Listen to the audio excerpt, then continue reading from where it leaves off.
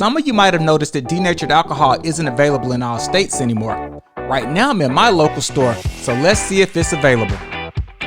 We have it here in Illinois, and here are the main 3 reasons on why we recommend the use of denatured alcohol for cleaning your windshield repair injectors. It has a higher flashpoint, which means a faster dry time.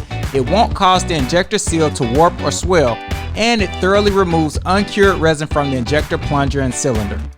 If you aren't able to get denatured alcohol, isopropyl alcohol is the alternative.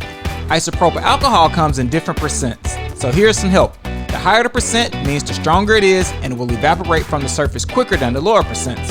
Remember, if you take care of your injector, it'll take care of you.